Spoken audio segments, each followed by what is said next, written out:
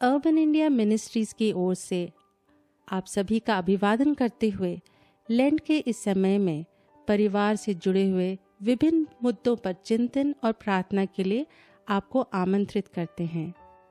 इस दौरान एक परिवार के रूप में हम यशायाह के 58 अध्याय से 40 दिनों तक अलग अलग मुद्दों पर चिंतन और प्रार्थना करेंगे।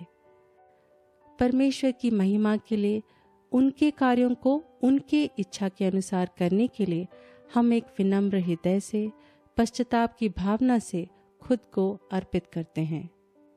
यह श्रृंखला अर्बन इंडिया मिनिस्ट्रीज के डॉक्टर पीसी मैथ्यू द्वारा लिखे गए हैं। सर्वशक्तिमान ईश्वर हमारे अध्ययन को आशीषित करें। 7वां दिन, हिंसा और घरेलू दुर्व्यवहार का सामना करने वाले परिवारों के लिए पारिवारिक रूप से प्रार्थना करना। यशायाह 58 के 4 पद का पाठ उन लोगों की याद दिलाता है जो परमेश्वर की आराधना, उपवास और प्रार्थना करते हुए भी आपस में हिंसा और संघर्ष करते हैं। एक दूसरे के प्रति व्यवहार में यह विरोधाभास परमेश्वर का अपमान करता है और यह सवाल उठाता है कि प्रेम और अनुग्रह का परमेश्वर अपने ही लोगों के बीच इस तरह की हिंसा को कैसे सहन कर सकता है। चूंकि कलीसिया आध्यात्मिक अनुशासन के रूप में उपवास पर जोर देता है, इसलिए उन परिवारों पर ध्यान केंद्रित करना महत्वपूर्ण है जहां घरेलू हिंसा प्रचलित है। परिवारों की सेवा में पिछले 2 दशकों में हमने ऐसे उदाहरण देखे हैं जब माता पिता को अपने ही बच्चों द्वारा शारीरिक रूप से प्रताड़ित किया गया, या पति या पत्नी को अपने जीवन साथी के हाथों दुर्व्यवहार सहना पड़ा। यहाँ तक कि उन लोगों के बीच भी जो मसीह के प्रति प्रतिबद्धता का दावा करते हैं, हिंसा का सहारा लेने के चिंताजनक मामले सामने आए जो पवित्र शास्त्र में प्रेम और शांति की शिक्षाओं की अवहेलना करते हैं। अक्सर ऐसा देखा गया है कि छोटी मोटी झड़पें जो अहम से पैदा होते हैं, बड़े विवादों में बदल जाते हैं। हमारी पापी इच्छा क्रूस पर चढ़ाने में विफलता के कारण क्रोध को हावी होने देती है, और जब हमारी पापी प्रकृति हम पर हावी हो जाती है तो कैन का अपराध दोहराया जा सकता है।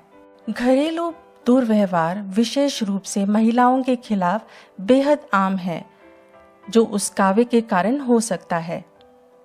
हालांकि वजह की बात किए बिना अपने क्रोध पर नियंत्रण खोना या अपनी शक्ति को अपने अधिकार के रूप में उपयोग करना परमेश्वर के लोगों के लिए कोई विकल्प नहीं है।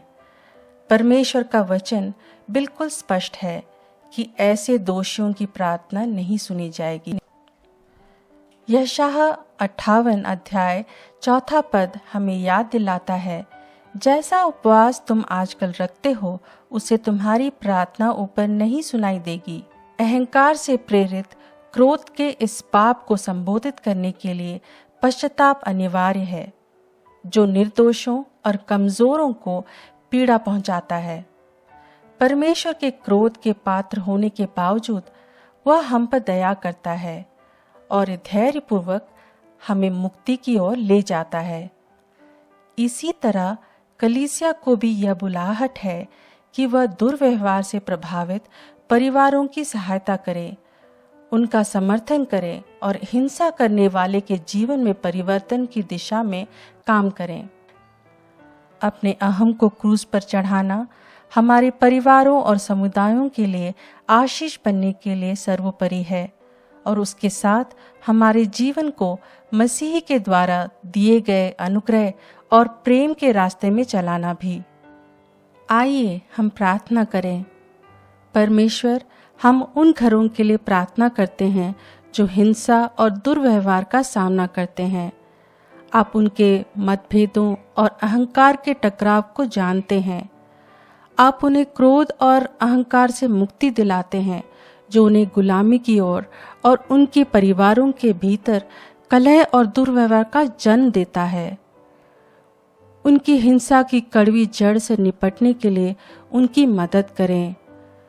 उन्हें अपने मुद्दों के लिए आपके पास आने में मदद करें। प्रभु उन्हें सही सहायता प्रदान करें और चर्च को उन परिवारों की मदद करने और दुर्व्यवहार को संबोधित करने के लिए प्रेरित करें। हम जानते हैं कि जब गुस्सा और रोष हमारे जीवन पर हावी हो जाता है तो आप हमारी पुकार का जवाब नहीं देते। कृपया हमें यीशु के साथ स्वयं और अहम को क्रूस पर चढ़ाने में हमारी मदद करें और धार्मिकता का जीवन जीने के लिए मसीह की शक्ति हमारे घरों पर प्रभुता करे। यीशु के नाम पर हम प्रार्थना करते हैं, आमीन।